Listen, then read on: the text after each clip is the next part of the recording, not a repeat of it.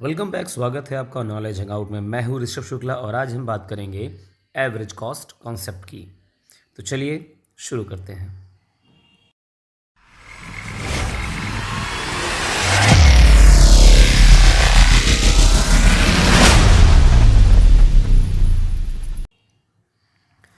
There are two average costs which together makes ATC. और क्योंकि बहुत बार कन्फ्यूजन हो जाता है बच्चों, ये एटीसी और कुछ नहीं है, आपकी नॉर्मल एवरेज कॉस्ट ही है, जिसको आप एसी भी कहते हैं। ठीक है, तो ये जो एसी है ये दो कॉस्ट से मिलकर बनी है, एएफसी और एवीसी। तो आज हम इन्हीं दोनों कॉस्ट के बारे में और इन डेप्थ में चर्चा करेंगे। तो चलिए सबसे पहले ही तो यही जान लेते हैं कि एएफसी होती क्या है। तो इसका फुल फॉर्म है एवरेज फिक्स्ड कॉस्ट। ठीक, और अगर इसको आपको निकालना है तो इसका फॉर्मूला बहुत सिंपल है, एफ सी अपॉन क्वान्टिटी। अब इसको एक्सप्लेन कैसे करेंगे, तो it is the fixed cost per unit. ठीक है, पर यूनिट ऑफ प्रोडक्शन अगर पूरा लिखना चाहें तो। देखिए, कोई भी ऐसा काम नहीं करना जिससे हमारे नंबर कटें। ठीक, अब इसके बाद बहुत ज़रूरी हो जाता है इसकी टेबल को समझना और जानना। तो आइए इसकी जल्दी से टेबल बना लेते हैं। इसमें बहुत ज़्यादा मेहनत नहीं करनी पड़ती है, तुरंत तैयार हो जा रही है ये टेबल। यहाँ पर क्वांटिटी या यूनिट्स कर सकते हैं, यहाँ पर आपकी फिक्स्ड कॉस्ट है। और जैसा कि आप सभी जानते हैं, हम लोग पिछले वीडियो में डिस्कस कर चुके हैं कि कॉस्ट जो है वो, और स्पेशली फिक्स्ड कॉस्ट, वो ज़ीरो लेवल से एग्जिस्ट करती है। प्रोडक्शन लेवल आपका चाहे, फिक्स्ड कॉस्ट के बारे में एक बार मैं फिर से बता दे रहा हूँ। फिक्स्ड कॉस्ट की खासियत है कि प्रोडक्शन, ये एरो नहीं ऐसे होना चाहिए, प्रोडक्शन चाहे ज़ीरो ही क्यों ना हो, फिक्स्ड कॉस्ट एग्जिस्ट करती है। ठीक है ना, फिक्स्ड कॉस्ट क्या करती है, एग्जिस्ट करती है। क्लियर? तो चलिए इस टेबल को पूरा करते हैं। तो मान लेते हैं कि हमारी फिक्स्ड कॉस्ट कितनी है, 20 रुपीज़ है। कितनी है, 20 रुपीज़। और अगर बहुत ज़्यादा आप इसको करोड़ों में ले जाना चाहते हो तो आप सीआर लगा दीजिए, करोड़ों में हो जाएगी कि 20 करोड़ आपकी फिक्स्ड कॉस्ट है। ठीक है ना। अब इसी से आप निकालते हैं अपनी एवरेज फिक्स्ड कॉस्ट। क्या निकालते हैं, ए एफ सी। फॉर्मूला ये रहा। आइए इसको डिवाइड कर देते हैं। तो जब किसी चीज़ को हम जीरो से डिवाइड करते हैं इन्फिनाइट होता है, इसलिए कोई वैल्यू नहीं लिखेंगे। ये हो जाएगा 20, ये हो जाएगा 10, ये हो जाएगा 6.66 और ये हो जाएगा 5 4 जा 20। तो आप देखिए एक बहुत बड़ा चेंज देखने को मिलेगा कि एक तरफ fixed cost her level of production पर क्या है, कांस्टेंट है, और दूसरी जगह एएफसी लगातार घटती चली जा रही है। तो इसी के हम डायग्राम को यहाँ पर ड्रॉ कर लेते हैं। ठीक है, तो कर्व हमारे लिए बहुत महत्वपूर्ण होता है और इसकी लेबलिंग बहुत ज़्यादा ज़रूरी होती है। This is X, this is origin, Y axis. यहाँ पर हम दिखाते हैं आउटपुट यानी कि अपना प्रोडक्शन, और यहाँ पर हम देखने जा रहे हैं ए एफ सी। तो आप यहाँ पर प्लॉटिंग कर सकते हैं 1 2 3 4, इस तरह से 1 2 3 4, और ये ज़ीरो एग्जिस्ट कर ही रहा है। और यहाँ आप ले लीजिए 5 10 15 20। तो देखिए पहले पर जो हमारी प्लॉटिंग है वो है ये, सॉरी थोड़ा सा अंदर की तरफ चला गया है, ये यहाँ पर है। ठीक, दूसरा जो है, सॉरी दूसरा जो है वो है 10 पर, तो वो यहाँ पर आ गया। तीसरे में है 6.66 समथिंग, यहाँ पर कहीं एग्जिस्ट करेगा यहाँ पर। 4 में एग्जैक्टली वो 5 पर आ गया है, और इस तरह से वो ऐसे चलता चला जाएगा। तो हमारे पास जो एक कर्व निकल कर आएगा वो कुछ इस तरह का होगा कि ऐसे, सॉरी, जो हमारा कर्व होगा वो इस तरह से होगा। ये है हमारा ए एफ सी। बच्चों कमाल की बात है ए एफ सी के बारे में, स्पेशली याद रखिएगा ए एफ सी यहाँ इसको टच नहीं करता है और इसको भी टच नहीं करता है। तो ये याद रखिएगा, ए एफ सी जो कर्व है वो किसी भी एक्सेस को टच नहीं करता है, ना तो वो वाई एक्सेस को टच करेगा और ना ही वो एक्स एक्सिस को टच करेगा। Is that clear? तो ये बन गया हमारा AFC। चलिए आइए हम बात कर लेते हैं AVC की। तो अब हमारा जो अगला टॉपिक है वो है AVC। इसका फुल फॉर्म है एवरेज वेरिएबल कॉस्ट। ठीक, अब एवरेज वेरिएबल कॉस्ट क्या है मैंने अभी भी बताया, उसमें बहुत चिंता करने की बात नहीं है। It is variable cost, it is variable cost per unit of production. ठीक है, अब इसकी भी टेबल हमें बनाना बहुत ज़रूरी हो जाता है, तो आइए इसकी टेबल बना लेते हैं।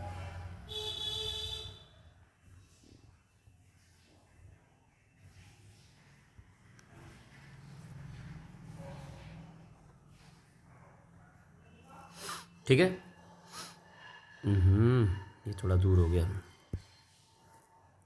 कोई बात नहीं, इसको हम थोड़ा सा सही कर लेते हैं। ये फ़ायदा होता है थोड़ा सा टेक्नोलॉजी के साथ, और थोड़ा सा नुकसान भी है। ठीक है, क्योंकि ये जो गैप्स रह जाते हैं इसको हमको बाद में हाथ से ही फिल करना पड़ जाता है। तो चलिए, यहाँ पर है हमारी क्वांटिटीज़, यहाँ पर है हमारी वेरिएबल कॉस्ट, और यहाँ पर है AVC, एवरेज वेरिएबल कॉस्ट। तो आप सबको पता ही होगा कि जब हम क्वांटिटी एकदम ज़ीरो से ले रहे होते हैं तो वहाँ पर हमारी वेरिएबल कॉस्ट एग्जिस्ट नहीं करती है, ये सभी को पता है ना।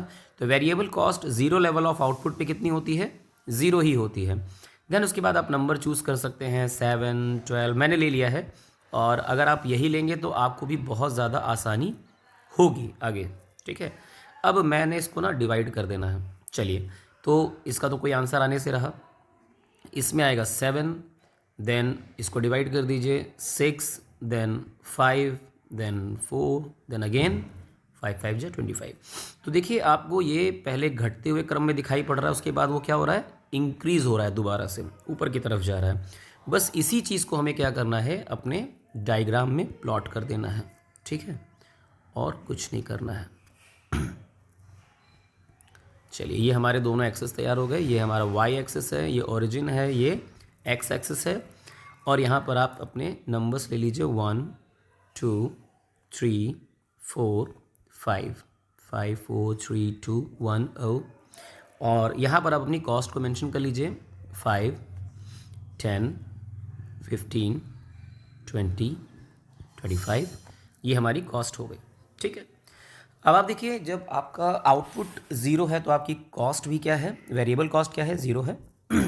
लेकिन जैसे ही हम एक यूनिट प्रोड्यूस करते हैं, हमारी जो वेरिएबल कॉस्ट आ रही है, एवरेज वेरिएबल कॉस्ट, वो आ रही है 7, तो वो यहाँ कहीं होगी। 2 पर आ रही है वो 6, यानी कि थोड़ा सा नीचे। फिर उसके बाद 5 बराबर 4 पे 4 है, 5 पे अगेन वो 5 है। तो इस तरह से वो क्या हो रही है? अगर आप इसको देखेंगे तो वो धीरे से बढ़ना चालू कर रही है, और यूनिट अगर हम प्रोड्यूस करेंगे वो तो धीरे धीरे ऐसे करके ऊपर चली जाती है।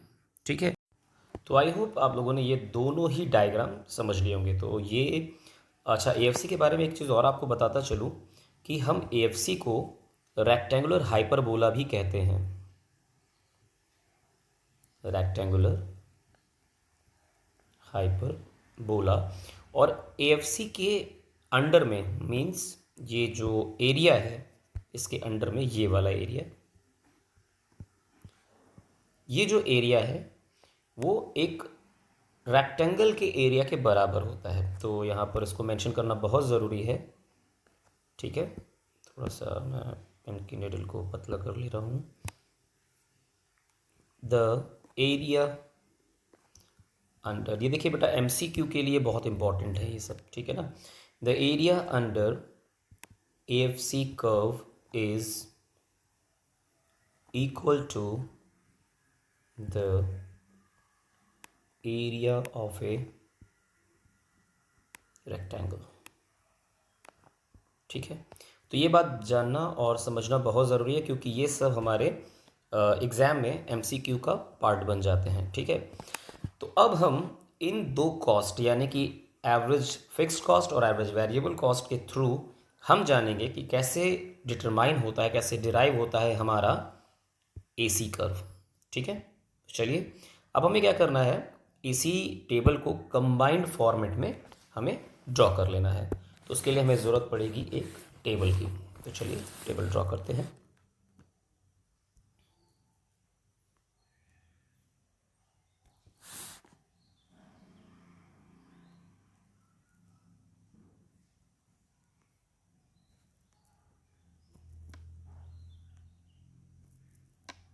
ये होगी हमारी क्वांटिटी, ये हो गई हमारी फिक्स्ड कॉस्ट, ये हो गई हमारी एवरेज फिक्स्ड कॉस्ट, ये हो गई हमारी वेरिएबल कॉस्ट, ये हो गई हमारी एवरेज वेरिएबल कॉस्ट, और इसी के सम टोटल से हमें मिल जाएगा हमारा एवरेज कॉस्ट। ठीक है, तो चलिए जल्दी से एंट्रीज फिल कर लेते हैं। ये है हमारी यूनिट्स, यानी कि units of production, fixed cost, और चलिए यहाँ पर वेरिएबल कॉस्ट साथ में लिख लेते हैं, फिर AFC लिख लेते हैं, फिर ABC लिख लेते हैं, ताकि आपको टोटल करते वक्त इसमें ज़्यादा दिक्कत ना देखनी पड़े।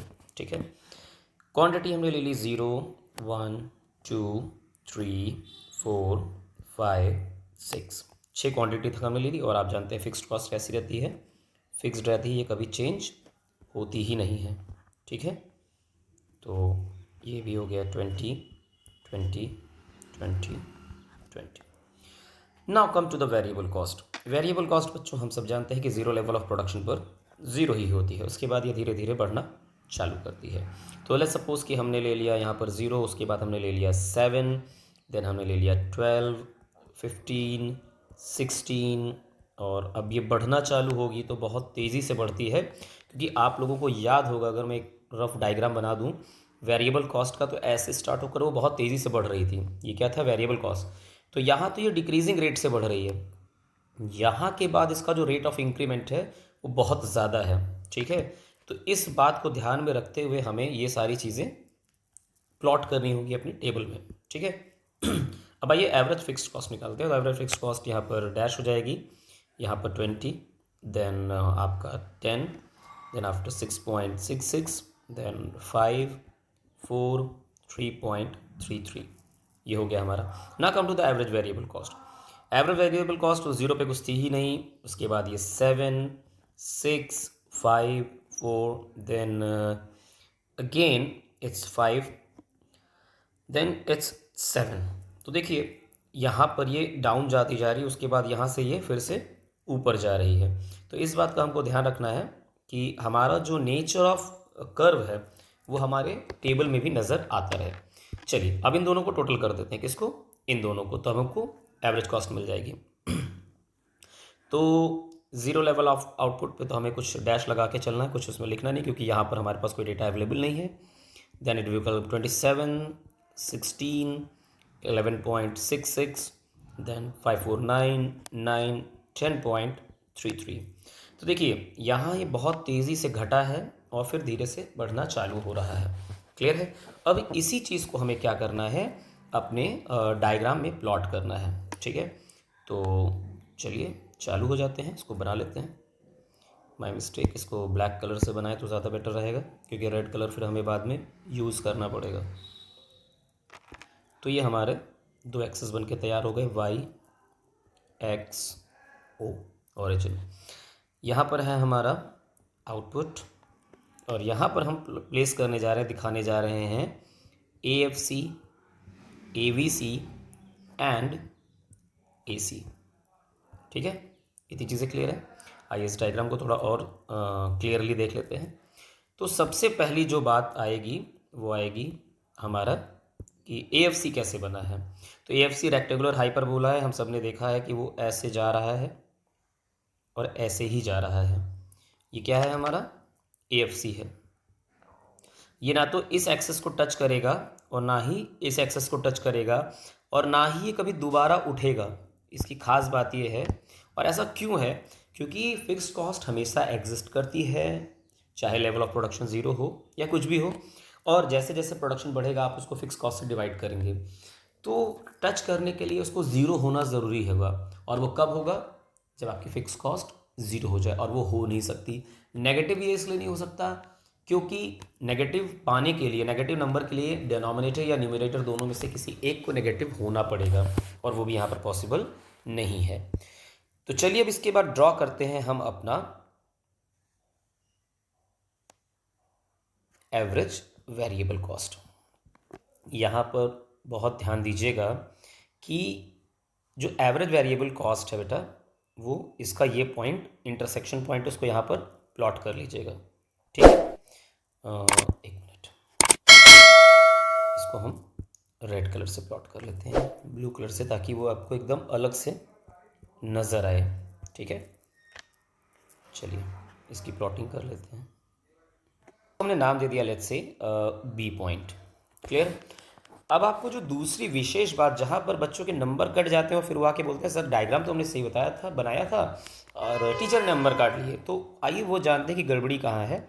आपको क्या करना है, ये जो क्यू पॉइंट आपने मेंशन किया है, इसे थोड़ा सा आगे एक पॉइंट और मेंशन कर लीजिएगा आप, इस तरह से।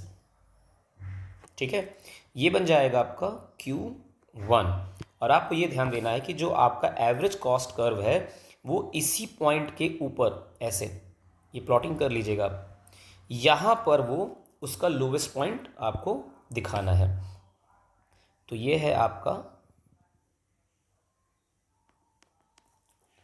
एवरेज कॉस्ट, और इसी को हम कहते हैं TAC, टोटल एवरेज कॉस्ट, या कुछ लोग कहते हैं ATC, सभी इसी के नाम हैं।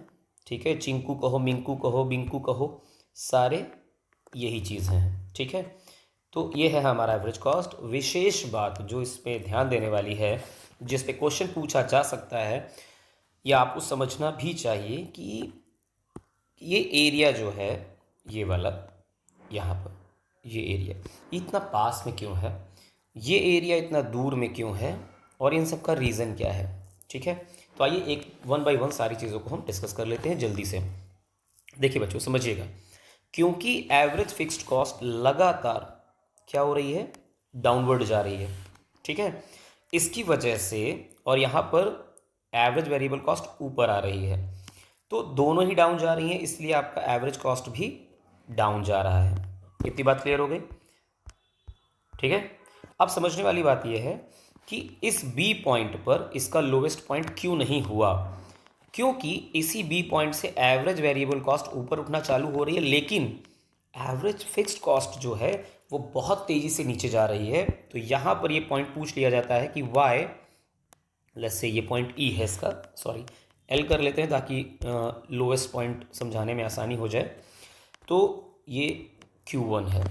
तो अगर आपसे कोई पूछ ले, वाइवा में पूछ लेता है अगर आपसे कि बेटा ये बताइए कि जहाँ इंटरसेक्शन है यहाँ तो दोनों ही कम थी, तो लोवेस्ट पॉइंट यहाँ कहीं होना चाहिए था इसका, तो ये आगे क्यों है, तो आप उसको सिंपली आंसर दीजिएगा मैम या sir, because the rate of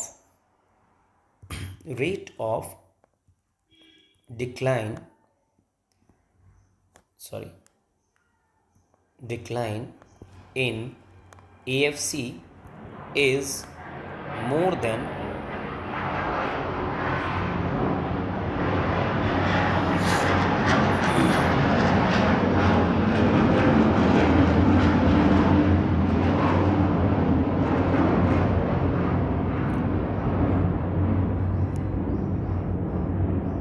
प्यारे बच्चों, अभी जो आपने आवाज़ सुनी ये है हमारा IL-76 इंडियन एयरफोर्स का एक बहुत बड़ा जहाज़, जो हमारे घर के पास जो एयरपोर्ट है यहाँ से टेक ऑफ करता है। तो sorry for the disturbance, but I hope कि आपने ये साउंड एंजॉय किया होगा। तो rate of decline in AFC is more than the rate of incline in ABC। बहुत सिंपल सी बात है कि जिस रेट से AFC गिर रहा है उस रेट से AFC इंक्रीज, जिस रेट से AFC गिर रहा है उस रेट से ABC इंक्रीज नहीं हो पा रहा है। ठीक है, लेकिन लेटर ऑन ये देखने को मिल रहा है कि AFC का यहाँ पर जो डाउनफॉल है वो तो कंटिन्यूसली, लेकिन यहाँ से ABC अब उठना चालू हो रहा है। तो इस पॉइंट पर इसका लोएस्ट पॉइंट यानी कि AC का लोएस्ट पॉइंट डिटरमाइन होता है। तो आई होप कि आपको ये डायग्राम समझ में आ गया होगा। अगली वीडियो में हम आएंगे जिसमें हम डिस्कस करेंगे कि relationship between average cost and marginal cost. तब तक बने रहिए नॉलेज हंगआउट पे। Keep watching. जय हिंद, जय भारत।